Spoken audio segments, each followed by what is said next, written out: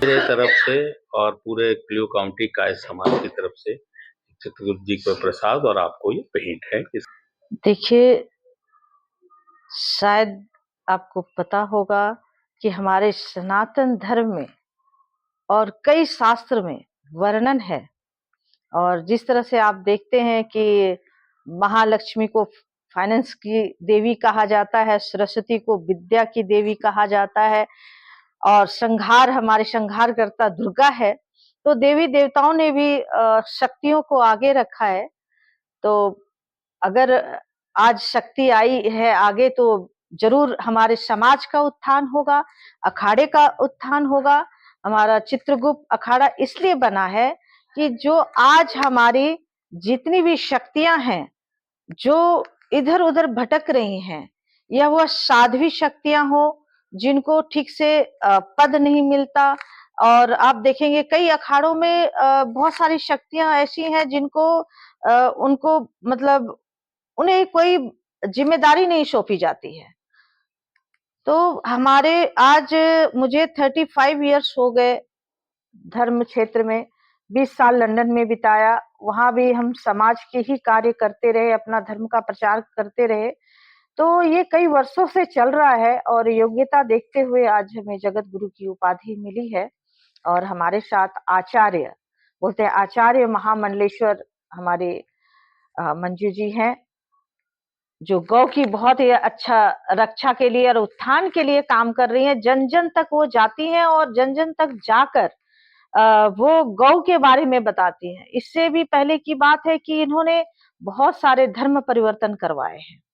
जो बहुत गरीब बच्चे चले गए थे, इस्लाम को कबूल कर लिया था, ईसाई धर्म कबूल कर लिए थे, उनको घर वापसी कराए। तो आज शक्तियां कहीं भी पीछे नहीं है, चाहे वो किसी भी क्षेत्र में चले जाए, चाहे वो राजनीतिक क्षेत्र में हो, चाहे वो आप देखिए पायलट हो।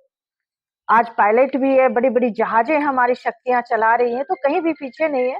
अगर शक्तियां आगे आती हैं तो कुछ ना कुछ देश के लिए, समाज के लिए कुछ ना कुछ वो देती हैं। तो मैं कहूंगी कि हर क्षेत्र में, आज धर्म क्षेत्र में भी शक्तियां बहुत सारे देखिए कथा कर रही हैं, और कई ऐसे महामंडलेश्वर भी हैं। लेकिन समाज के लिए जो काम होना चाहिए, वो समाज का काम करने के लिए ये चित्रगुप्त अखाड़े का स्थापना हुआ है, और इसका भार मुझे दिया गया है। और हमारे परम पूजनीय, परम आदरणीय चक्रपाणी जी महाराज ने चित्रगुप्त अखाड़ा बनाया है, और इसकी दायित्व उन्होंने मुझे दिया है। और हमारी आचार्य महामंडलेश्वर आपके साथ बैठी हैं, ऐसे और भी साध्वियां हैं जिनको दायित्व दिया है उन्होंने। और ये बहुत जरूरी था कि जिस तरह से आज अखाड़े की हालत आप देख रहे हैं कि चिलम, गांजा, भांग, ये हमारे किसी भी वेद में नहीं लिखा हुआ, किसी शास्त्र में नहीं लिखा हुआ, यहाँ तक कि शिव पुराण में भी नहीं लिखा हुआ है कि भगवान शंकर जी जो है भांग पीते थे, उन्हें गांजा की जरूरत है। तो इस तरह से करके जो हम अपने सनातन धर्म की धज्जियां उड़ा रहे हैं और अपने सनातन धर्म को मिटाने की कोशिश कर रहे हैं, तो इसी को लेके चित्रगुप्त अखाड़ा काम करेगा। नशा मुक्त अखाड़ा बनाएंगे, जितने भी अखाड़े में नशा का सेवन होता है। क्योंकि जब हम संत के पास जाते हैं, संत का मतलब है जहां जैसे एक फूल खिलता है तो वहां का वातावरण पूरा सुगंधित कर देता है, उसी प्रकार संत का विचार होता है। जहां नशा होगा, आज की जो जनरेशन है जब वहां जाएगी तो क्या सीखेंगे वो कि यहाँ नशा हो रहा है। जब संत ही नशा कर रहे हैं तो हम भी नशा कर लें। तो इस चीज को मुक्त करना है, ये हमारा संकल्प है। और यह संकल्प हमारा आज से ही विजन चालू हो गया है कि हर अखाड़े में अगर वो नहीं मानेंगे तो हम कोर्ट जाएंगे। कि किसी भी शास्त्र में नहीं लिखा हुआ, कहीं भी वर्णन नहीं है कि इस तरह से, जैसे कुंभ में आप देखेंगे लाखों करोड़ों की संख्या में लोग होते हैं और जाते हैं, जब उन्हें दंडवत प्रणाम करते हैं तो वो नशे में होते हैं। तो ये अखाड़ा यही काम करेगा कि ये नशा युक्त अखाड़ा बने। और मैं बहुत बहुत साधुवाद देती हूँ चक्रपाणी जी महाराज को, जो उन्होंने ये अखाड़ा स्थापना की है। और हमारे कायस्थ परिवार के लिए, और सभी कास्ट मिलके, ये नहीं कि कायस्थ परिवार है, सभी हमारे इसमें आएंगे और सब हम लोग मिलकर जो अखाड़े में इतनी ज्यादा मतलब बोलते दूषित अखाड़ा हो गया है, उस दूषित अखाड़े को हम लोग उसे स्वच्छ करने का अभियान चलाएंगे। है हम लोग भी गए थे अमृत स्नान करने, लेकिन हम लोग पैदल गए थे, रथ ले सकते थे, हम लोग पैदल गए और बहुत आनंद आया पैदल चलकर अमृत स्नान करने में। और साथ ही जो एक आचार्य जिसकी गरिमा बहुत होती है, आचार्य की गरिमा, आचार्य महामंडलेश्वर की गरिमा वो होती है शंकराचार्य से, जगत गुरु से कम नहीं होता। और अगर वो आप देखेंगे, अगर वो किसी ऐसे व्यक्ति को, ऐसी महिला को बिठा के रथ पे ले जा रहे हैं तो बड़ी दुर्भाग्य की बात है। कई एलिगेशन उनके ऊपर लगा है, उसके बाद भी ऐसा कर रहे हैं, तो हम सनातन धर्म की आभास उड़ा रहे हैं। देश से विदेश से फोन आता है हमारे पास कि साध्वी जी ये क्या हो रहा है, ये ऐसा क्यों कर रहे हैं, नकली जटा। अब नकली जटा लगाने का परंपरा आ गया है, लोग नकली जटा ही लगा के तो रथ पे बैठी थी। मैं ये कहूंगी, जटाटवी गलज्ज्वल प्रवाह पाविथस्थले गले वलम बलम विताम भुजंग तुम मालिकाम डमर डमर डमर डमर निनाद वट वरवयम चकार चंड तांडवम तनो हतु नह शिवम शिवम शिवम शिवम। जिसकी जटा है वो शिव के समान है। क्या जो जिसने नकली जटा लगाई है, क्या वो इतना भी उसका चरित्रवान बनता है जिसने ये जटा लगाई है? जटा उनकी बहुत, देखिए संत का अपरूपी जटा होता है, मतलब उनके ऊपर शिव की कृपा है, उनके ऊपर साक्षात शिव की कृपा है तभी जटा निकली है। लेकिन इस तरह से जो प्रचलन चल गया है कि बड़ी बड़ी नकली जटा लगा लें, तो ये सब चीज के लिए हम लोग अभियान चलाएंगे ताकि लोगों को लोग भ्रमित ना करें। और हमारी जो सनातन धर्म की परंपरा है, सनातन धर्म का जो हमारा वेद कहता है, हमारा प्राण कहता है, वो ये नहीं कहता कि आप वेशभूषा को इस तरह से बनाकर समाज को भ्रमित करें। देना चाहेंगे हम संदेश कि इस तरह के लोगों से आप दूर रहें, जो नकली जटा लगाकर अपने आप को संत और रथ पे बैठाने की तक की प्रक्रिया वो लोग लेते हैं, तो ऐसे लोगों से दूरी बनाएं और अपनी जो संस्कार का वेद है, हमारा रामायण है, गीता है, इतनी अच्छी अच्छी चीजें उसमें लिखी है, उसे ग्रहण कीजिए, माँ भगवती की आराधना कीजिए।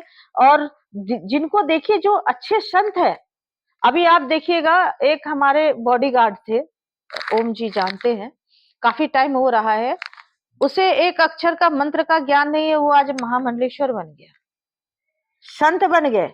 तो इस तरह का नहीं होना चाहिए। एजुकेशन देखना चाहिए, गुरुकुल से पढ़े हैं वो देखना चाहिए, तभी उसे महामंडलेश्वर बनाया जाए। उसका बैकग्राउंड चेक किया जाना चाहिए कि वो किस बैकग्राउंड से आते हैं, तभी उसे संत की उपाधि दी, मतलब संत बनाया जाए। वैसे तो हृदय परिवर्तन किसी का भी हो सकता है, लेकिन अगर किसी का अगर हृदय परिवर्तन हुआ है तो उसे दीक्षा देके उसे देखिए कि वो इस योग्य है या नहीं है। 12 साल में लोगों का हार्मोन्स चेंज होता है। जिस प्रकार हमारा 12 साल भगवान श्री राम को वनवास मिला था और वो तभी मर्यादा पुरुषोत्तम बने, उसके बाद भी 2 साल बढ़ा दी गई थी, 14 साल वनवास में रहे, 14 साल वनवास में रहने के बाद तब मर्यादा पुरुषोत्तम कहलाए। आज तो लोग आते हैं और चल के आके बोलते हैं महामंडलेश्वर बना दो, और उनकी योग्यता कुछ नहीं होती है। तो ये संदेश दूंगी कि पूरे भक्त अगर इस पे कड़ी प्रक्रिया लेंगे तो जो समाज में कुरीतियां धर्म के नाम से चल रहा है वो बंद होगा। सबको आगे आना पड़ेगा। जितने भी मेरे भक्त सुन रहे हैं, मैं सबको बोलूंगी, हाथ जोड़ के बोलूंगी, अगर हमारी सनातन धर्म को बचाना है तो आवाज इस तरह की उठानी पड़ेगी। एक चित्रगुप्त जी महाराज हैं, हम लोगों ने स्मारिका निकाली थी, 150 लोगों का एड्रेस है, सारे चीजें। अच्छा, बहुत ये बढ़िया। मैडम के द्वारा लिखी हुई किताब। स्वागत है क्लियो काउंटी कायस्थ परिवार समिति की तरफ से, और व्यक्तिगत मैं जनरल सेक्रेटरी हुआ। बहुत खुशी का पल है कि पहली दफा हिंदुस्तान में चित्रगुप्त अखाड़े का नवनिर्माण हुआ। मैं आदरणीय संत श्री चक्रपाणी जी महाराज का धन्यवाद ज्ञापित करता हूँ, जिन्होंने इस विषय पर सोचा। मेरे कहने का मतलब ये नहीं है कि सिर्फ कायस्थों का ही रहेगा। जैसे पंजाब रेजिमेंट होता है, आसाम रेजिमेंट होता है, उसमें कई तरह के लोग जगह जगह से होते हैं। उसी तरह से हमारे इस चित्रगुप्त अखाड़े में भी अन्य समाज के लोग भी रहेंगे, जो पढ़े लिखे हैं, जैसे गुरु माता जी ने बताया कि किस तरह के लोग उसमें रहेंगे और सादगी के साथ काम करेंगे। भगवान चित्रगुप्त की कृपा से चक्रपाणी महाराज को जो आदेश प्राप्त हुआ, उसमें हमारी जगत गुरु माँ को उन्होंने जिम्मेदारी सौंपी इस 14वें अखाड़े के स्थापना के लिए, जो समाज का सबसे उपयुक्त व्यक्ति, पढ़ा लिखा व्यक्ति, तमाम उपेक्षाओं का जो था, तो उसको एक करने के लिए, और कहने का मतलब बहुत सारे पढ़े लिखे लोगों को जोड़ने के लिए, चित्त की शुद्धि के लिए। जैसा कि हमारी जगत गुरु माँ ने कहा कि चित्त जब शुद्ध होगा, विचार जब शुद्ध होंगे, तो हम आगे बढ़ेंगे और हम समाज का भला कर पाएंगे। आज मैं इनका और महामंडलेश्वर गौवंश रक्षक मंजू जी को भी स्वागत करता हूं कि उस परंपरा को आगे बढ़ाएंगे।